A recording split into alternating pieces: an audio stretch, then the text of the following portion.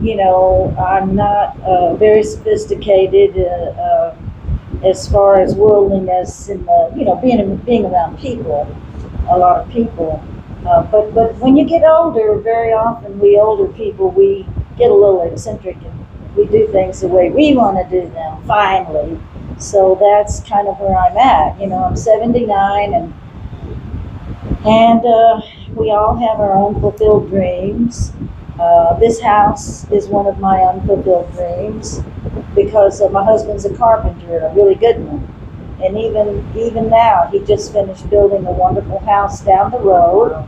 And so the cobbler's children wear no shoes. Texas Adventures with Brexton.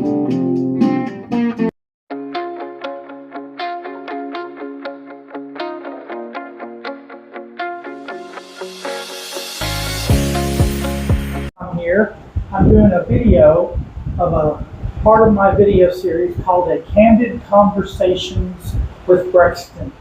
But we're here visiting her home and some of her beautiful artwork. You'll be seeing that here in a little bit. I'll show you a bunch of pictures around the house and everything. But I'm going to ask her about 4 or 5 questions and just let her talk because she has wonderful things to say. Okay, let's see if I get my eyes working here. What? I don't know. Do we need more lights? I'm good. No, I'm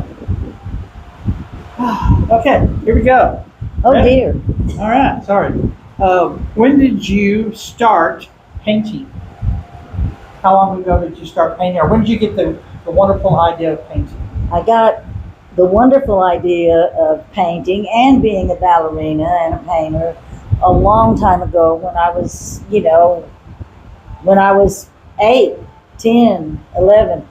And I fell in love with a lot of things like the ballet and the symphony. And so I'm one of those people. I'm one of those people that appreciate the arts very much to the depths of my soul. Awesome. This house that we visited today, how old did you say it was? Was built in 1917. Wow. Guys, it's very beautiful. I'll try to get some pictures of the outer, of what y'all see and everything, and I will add it to it. Well, it's a very poor house, but back beautiful. when it was built way out here by the Red River in the middle of nowhere, and it was the only house like this at all, like this. And so here it stands, and it's where I live now. There you go. Awesome. My next question is, what are some of your favorites of your paintings? What is one? Like this one right here. Is this like one of your favorites? Well, that was a sketch, and then it's hung around a long time, and so I've grown to like it. But it really happened that I was on the road out there. And Blood on the Moon. This is Blood on the Moon, and this was a really amazing example of it rising up, and so it affected me to the point I'd never seen such a thing, and it affected me to the point that I did this. But I never thought I did. It was just I never. I hardly feel like anything is completed. But I hear tell that that's pretty normal for a lot of wannabe painters. So I've just been busy raising food and flowers and children and grandchildren. And she's got some beautiful flowers here, guys. If you want to see a beautiful garden, I'll try to film it and put it in here also. You can see this wonderful garden that she has out here. Okay. Where did you get this awesome personality?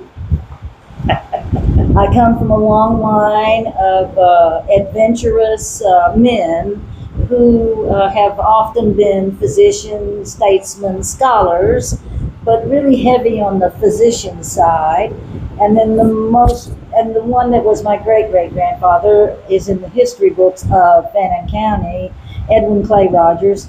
And he was a statesman, a physician, a scholar, and a mystic. So I think that's a very heavy thing. Like that's Martin Luther King is a mystic, Sister Teresa, and so I think that that sort of is indicative of a very deeply deep soul, a large intellect. So that just runs. I guess it runs in the human race. Oh, that's awesome. Um, it's a kind of weird question. When did you? I already talked about when you started painting, but living out here, what inspires you? Living out here, what Living out here, inspires me? out here. Well, I have well water, so I'm very. Let me show you that, guys. Thrilled. Drinking well water, wonderful stuff. I'm very.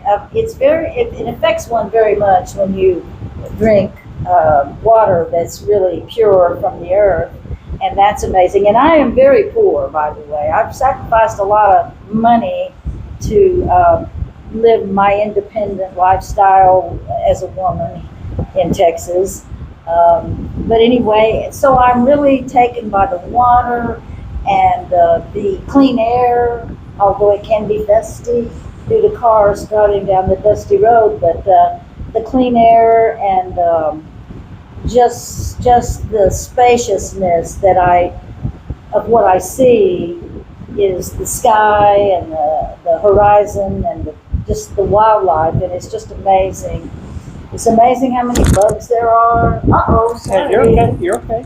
And so it's conducive to a kind of enlightenment. I hate to speak so heavily, but you know, it does.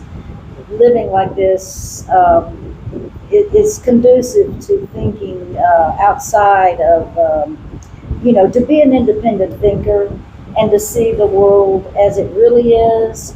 And what's really important is water, clean water for all of us to drink, and clean air to breathe, and space.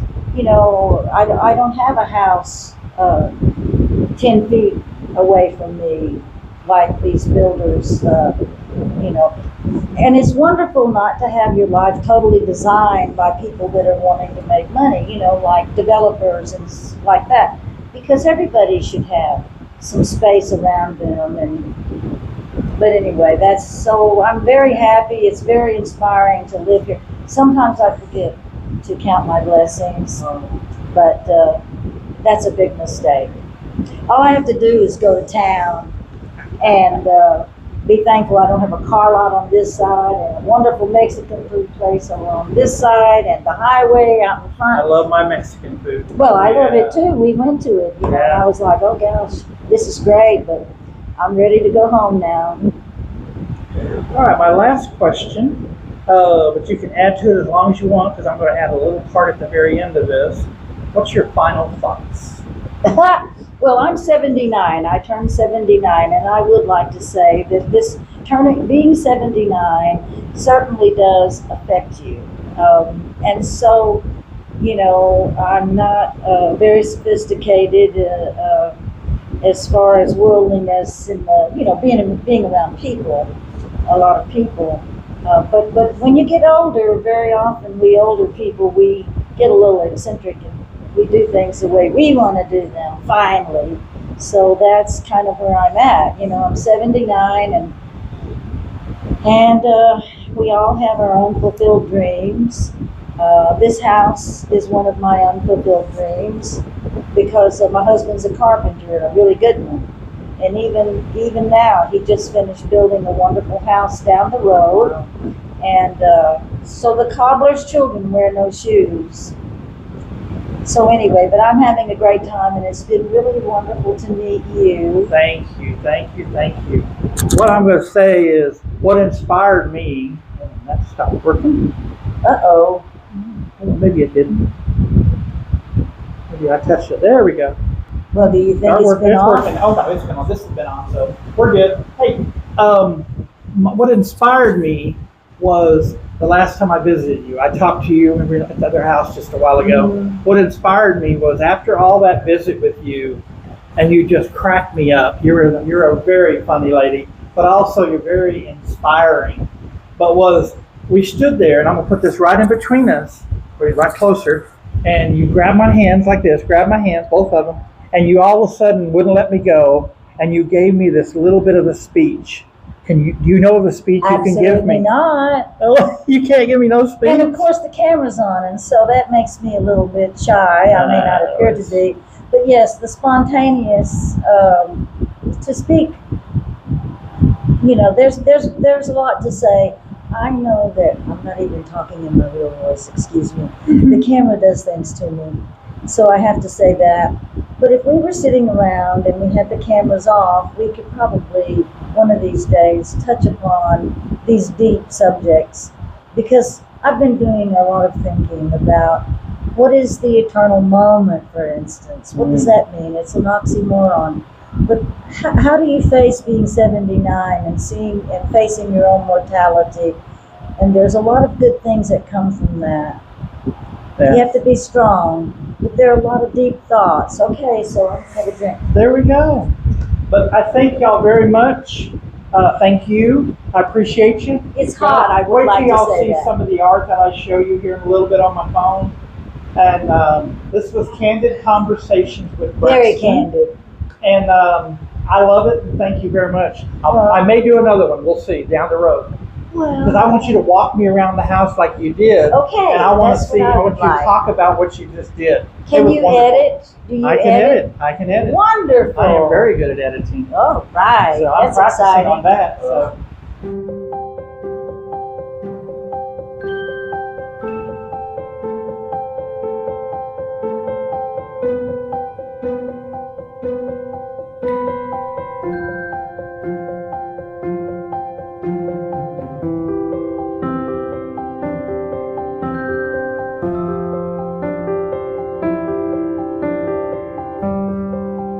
Yeah, let me get these flowers real quick.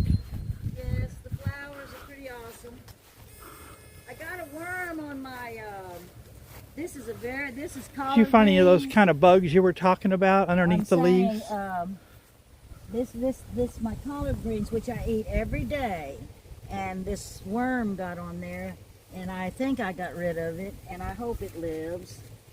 But this is a lot of work. See my Yes. hand? See, there's a Beautiful. collard green here, which may not make it, but it probably will, and a collard green over here. And I just, see, here's Jewel of Ophir, Okay. and look, you see the little, see the Yeah. stages of the flower bud. What's this back which I here with the think big is, giant? Looks like a cabbage. What is that back That's there? the collard greens. Collard greens? Okay. Collard greens I live off of. Wow. It's amazing. You don't. I think I've had collard greens in my Well, lifetime. I think I've you had. you have to know what you're doing. Now this was all covered with those larkspurs. See these? Yeah. These are on there. They come in the They come in the spring, and they're just magnificent, and they're everywhere. They're not worth photographing, but. What's with the this wood and was the all burning? around here, What's with Colin. that in the Huh? wood? Does that keep mosquitoes That out? that What is that? no, that's something that we're having to burn. Uh-huh. Okay, Oh, I we've see. got storm yeah. over here, and then we've got this tree died, and then I've got three large trees that I had cut down. But what I'm having to face is, how am I going to get rid of this Johnson grass? I mean, here, yesterday, Oh, anyway. wow. So how I have to paint. I have to have order. That's the old chicken house. Rain's been kind of slowing me down too. I usually keep the yard mowed, but I've been suffering a little bit from doing that. Yes. And But I see need to this? get back into You it. need a 4 o'clock. You need a couple of 4 o'clocks. These 4 o'clocks are wonderful. They're soft, so they die back. In the winter, they're gone. They just literally dehydrate. I have blue morning Those are 4 glory o'clocks here, there. right here, but it's too shady. Yeah. But the 4 o'clocks, they just literally disappear. It's so funny that something this, but look, see, it's all soft, all like, you can mow them down or anything. And you can dig it up. If Can't you eat ha- them. No, but if you hate them, you can dig it up. So like I said, I know It's nothing like a about big- farming. It's like a big sweet potato. And here's where a gopher hole emerged. Oh, But a gopher anyway, hole. Pretty see, cool. so this tree died. And don't tell me, listen, so these are crepe myrtles and they won't destroy your house. I did this because I got to come out here and trim. Right. But even for the first time, look, black mold. So the weather Yeah. is, all the plants and creatures are having to adapt. And the human is the last What one is this to plant? die. But I want you to see that this crepe myrtle is not going to Okay. tear my roof off, okay? Yeah. But this crepe myrtle provides me with this much shade here. Oh, wow. So you have to plant, so that's what I'm trying to do. And I hired these people. Look, that dormer's been painted up there and thoroughly. And they saved the front. They never did the front. So, and I mourn that. I mean, that hurts Yeah. me badly. That they never. But you got a painted beautiful the front yard. You really take care of it. It looks good. I'm just saying. But anyway, these are small things that I have Yeah. to remind myself. And I'm 79, I repeat, because people just don't relate to me like that I'm 79. And All right, that's stand right probably- there. That's Appreciate you. Thank you This- very much.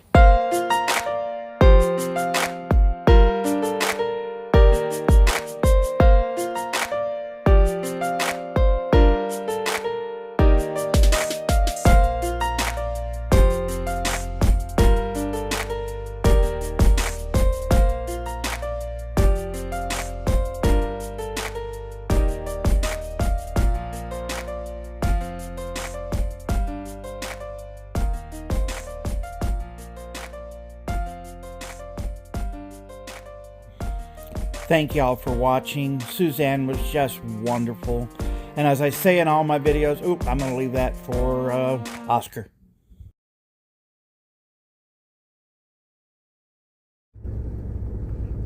Hello everyone. I'm here today. I'm Oscar. I'm here today to end Brexton's video for today. And he always has this one line he always says. You ready? Don't let the road hit you in the butt. Ha ha! Have a nice day. Ho, ho, ho. See ya. See ya.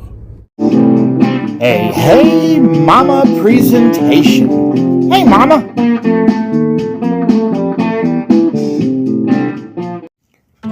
First class? Yeah, right. Hi. Hi. Hi. Good.